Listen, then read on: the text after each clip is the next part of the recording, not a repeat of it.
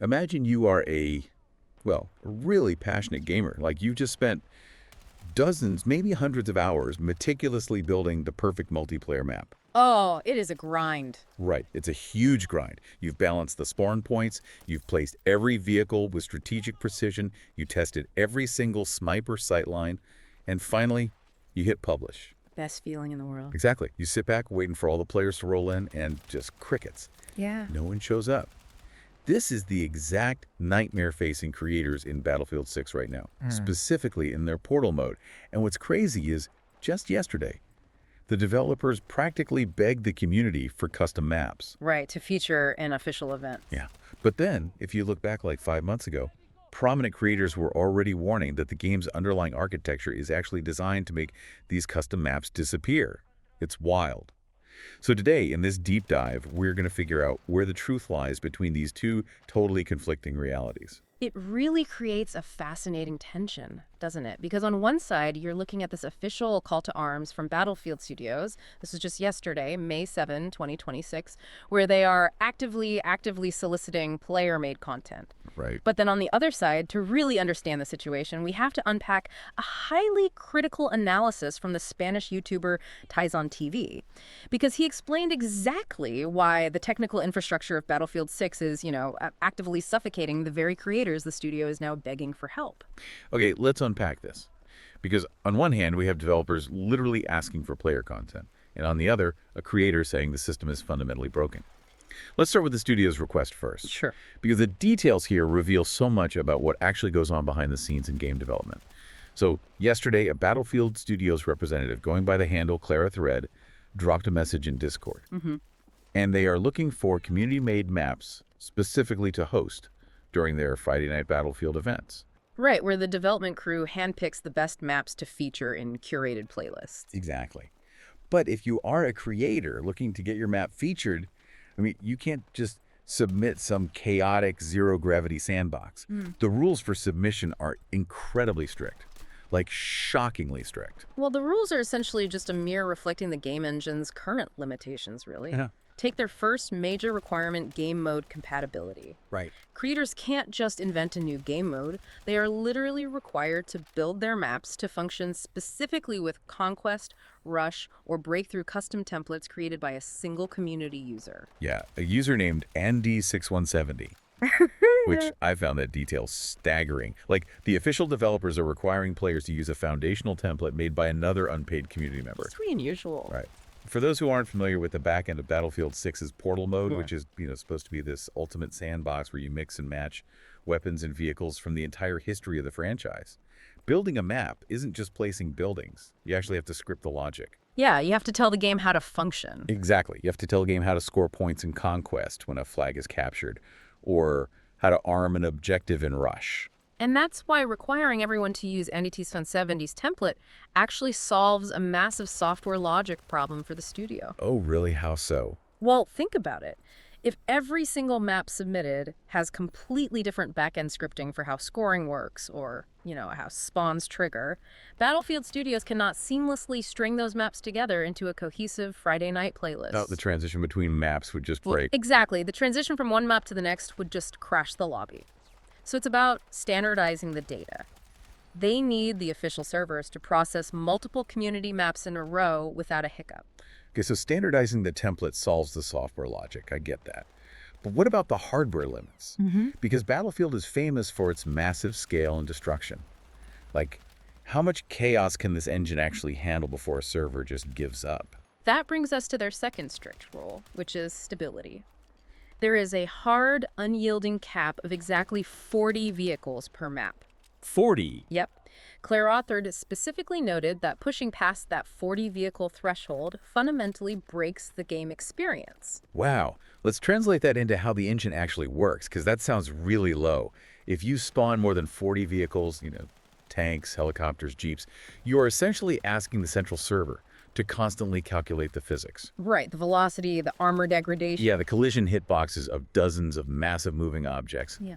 and then it has to instantly synchronize all of that complex data across 64 different player screens located all over the world. Dozens of times every single second. It's crazy math. The server tick rate just cannot keep up with that volume, which results in players like rubber banding across the map, or the server just outright crashing. The physics calculations are brutal on the server infrastructure for sure, but beyond just raw performance, Clarither's rules also dive heavily into controlling the actual player experience, particularly concerning headquarters design. Yeah, they really emphasize that the spawn areas, the HQs, must be large and completely safe from enemy interference. Because the developers want to prevent that classic multiplayer grievance where enemies sneak into your uncapturable base. Oh, right, to steal your team's tank. Exactly. Or they just camp your spawn points to rack up cheap, defenseless kills. Claritherd even pointed to the classic legacy map Gulf of Oman as the absolute gold standard for how to handle spawn protection. They essentially want highly structured, traditional military engagements. They do? Which is why the playtesting requirements are so rigorous. I mean, you have to meticulously test your map for unintended floating assets. Oh, the destruction engine makes that so tricky. It does. Battlefield 6 features this heavy environmental destruction, meaning like a beautifully placed sniper tower might look great in the editor, but if the building underneath it gets leveled by a tank shell during a match, you're left with floating stairs. Yeah, you can be left with a floating set of stairs, suspended midair, completely breaking the immersion. And it goes deeper than just aesthetics, too. Creators also have to block off out-of-bounds areas to prevent players from exploiting the geometry.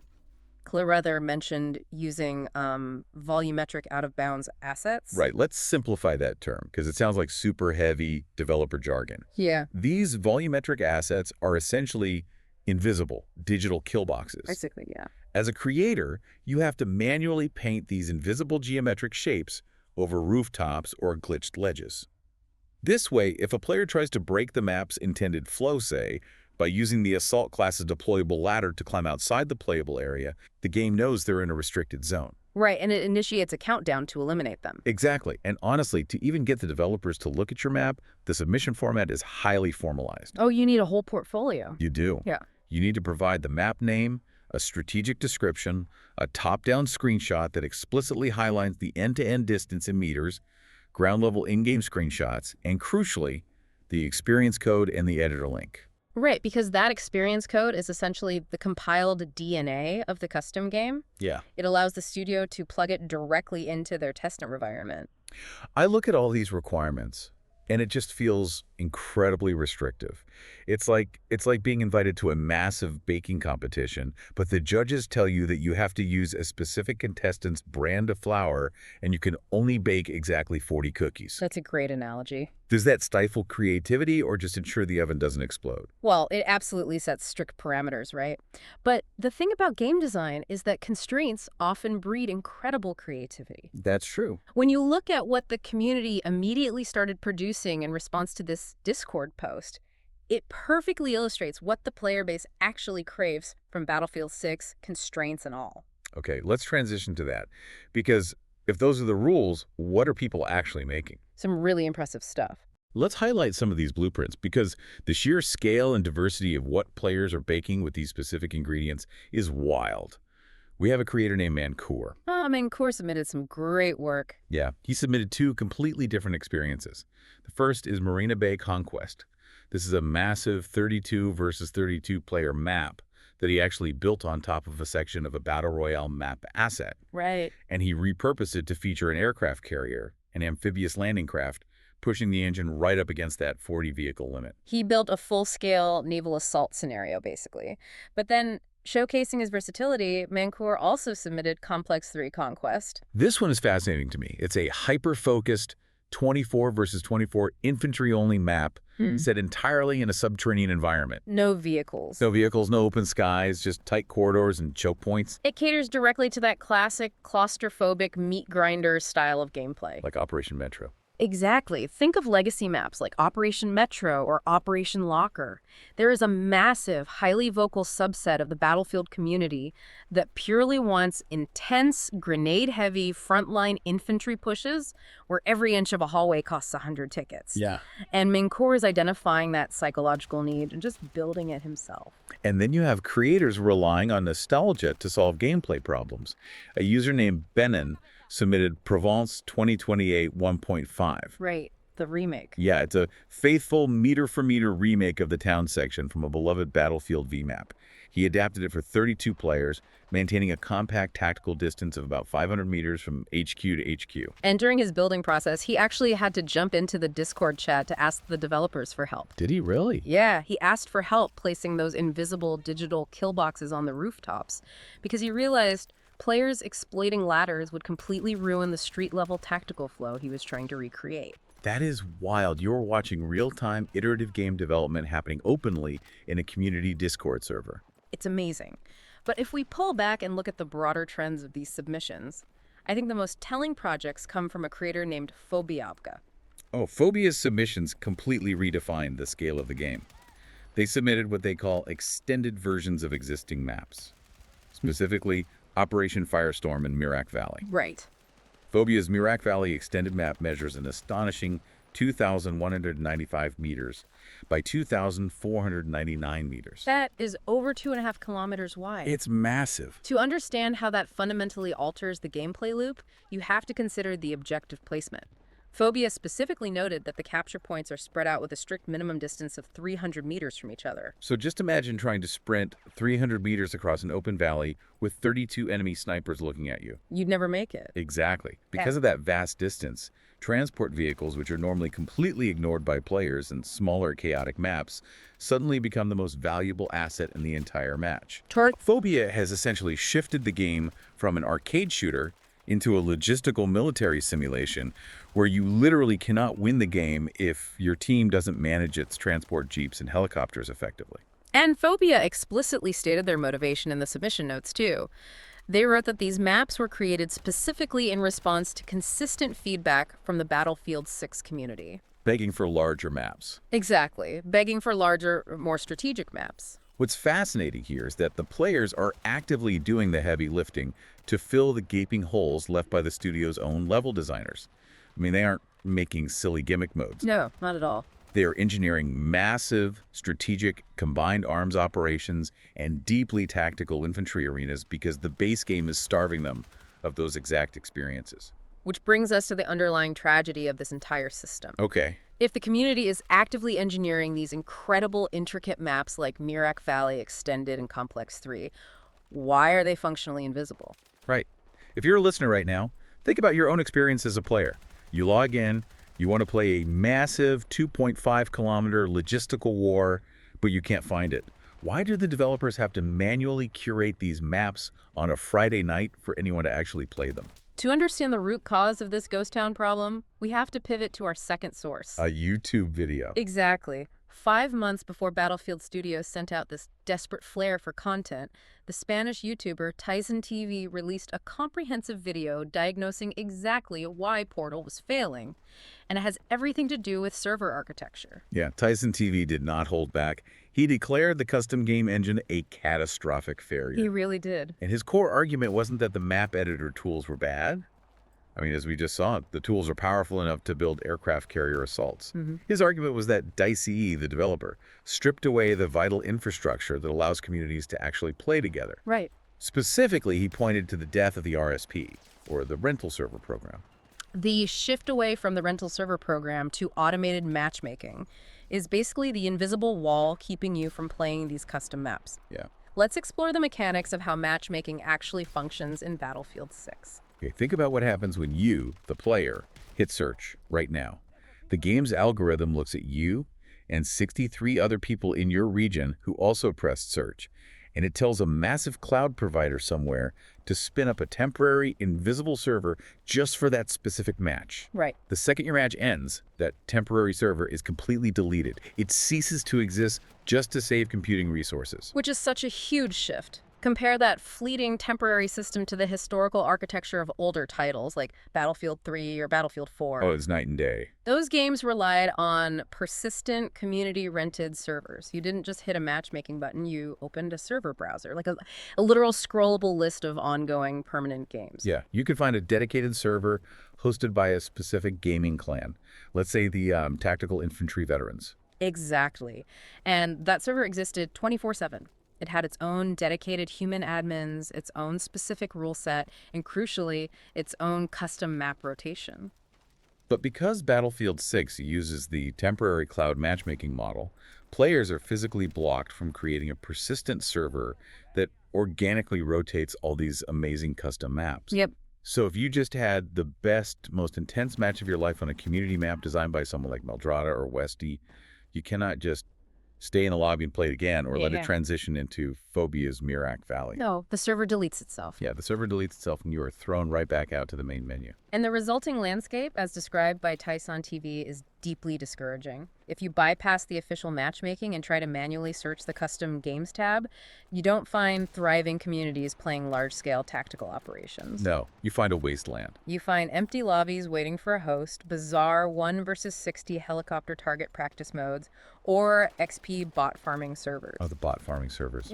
Yeah, where players just load into a custom map specifically designed to let them shoot brainless AI to quickly level up their weapon attachments. Which is just sad. And this architecture creates a massive chilling effect on the creators themselves. Tyson TV pointed to the story of Madabar, a prominent figure in the Portal community. Oh, Madabar's story is heartbreaking. It is. Madabar invested thousands of hours and his own personal money into building community websites, hosting third-party tournaments, and making complex map-building tutorials. Yeah.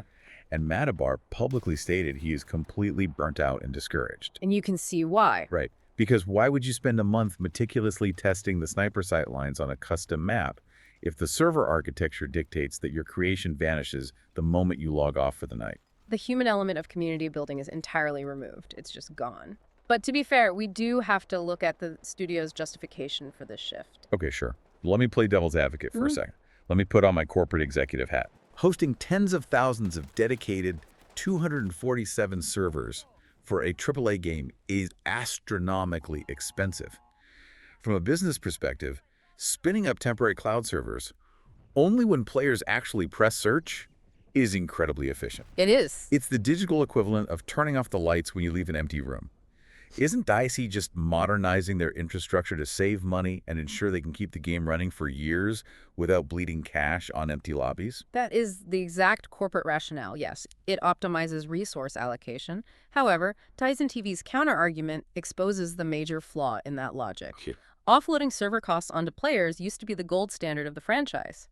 In those older titles, DICE wasn't paying for all those permanent servers, the player communities were. Wait, let's highlight that economic reality. You are saying clans and friend groups would happily pay hundreds of dollars a month out of their own pockets to rent server space from third-party hosts just to have their own dedicated sandbox. Absolutely. They paid 200 to 300 euros a month to host, maintain, and moderate these digital clubhouses. That's crazy. It was a completely decentralized system that cost the studio very little, or even generated revenue through official rental partnerships. Wow. By killing the rental server program to save on temporary cloud resources and, control the user experience, the studio effectively eradicated the dedicated micro-communities that are responsible for keeping a multiplayer shooter culturally relevant years after its launch.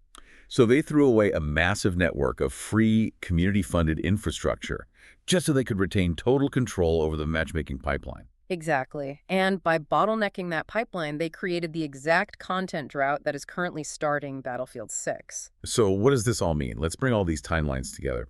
Tyson TV warned the community 5 months ago that Battlefield 6 was going to hemorrhage its player base. And he was right. He pointed out that the game boasted a very healthy population of 300,000 to 400,000 players at one point.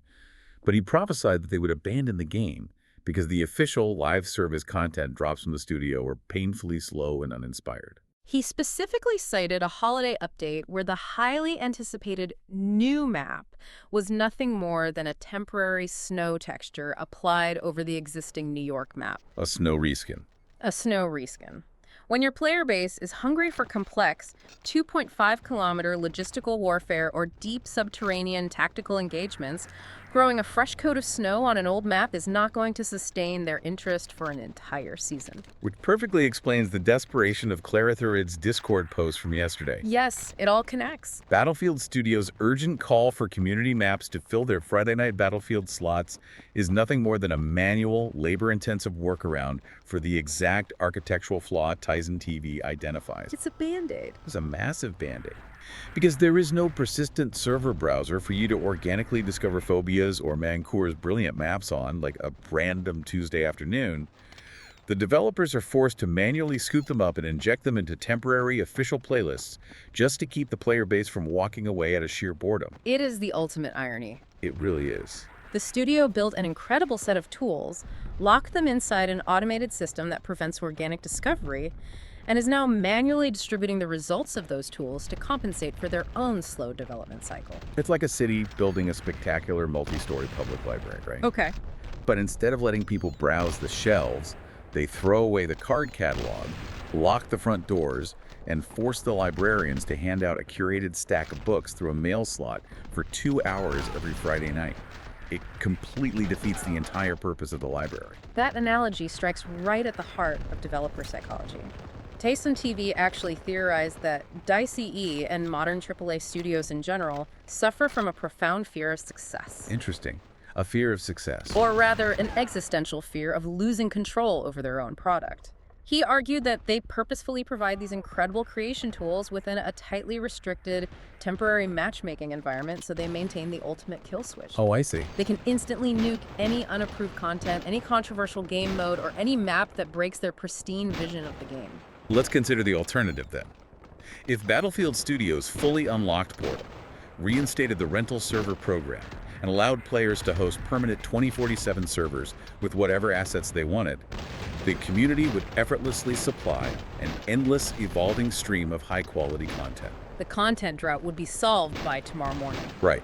But it would also mean the developers are no longer the primary architects of the Battlefield experience. The community would be. It's the classic control freak dilemma. Exactly. Do you let go of the steering wheel and allow the game to thrive in chaotic, unexpected ways, or do you grip the wheel tighter and tighter while the car slowly runs out of gas? Right now, Friday Night Battlefield feels like the studio trying to carefully pour just a few drops of community-made fuel into the tank without ever handing over the keys. We are definitely witnessing a game caught between two eras. The players clearly possess the talent, the drive, and the sophisticated tools to build massive 40-vehicle epics that rival anything the studio can produce. No question. And the studio recognizes this talent and urgently needs it to mask their own content shortfalls. But until the foundational architecture shifts away from rigid, cloud-based matchmaking back to persistent, community-owned server spaces, these incredible creations will remain severely limited. Yeah. They will only exist as fleeting novelties on a Friday night, rather than becoming the permanent cultural pillars of the game. It leaves you with a massive question about the trajectory of the entire gaming industry. Oh, yeah. Just briefly recapping our journey here. We know the community has the talent to build incredible things. And we know the studios desperately want that content to keep their games fresh. Right. But we are entering an era where passionate players armed with built-in editors can construct better, more tailored multiplayer experiences than the massive studios that sold them the game. It's a huge shift in power. It is. But if the game developer maintains total ownership of the platform, the server architecture, and the matchmaking algorithms, who really controls the future of the medium? It's a great question. Are we moving toward a future where AAA studios stop building full games entirely and instead just sell us a pristine, empty physics engine for $70? Relying entirely on the unpaid, uncredited passion of the fan base to actually construct a game worth playing. Think about that lone creator hitting publish tonight, waiting for a crowd that the algorithm simply will not allow through the door. Until next time.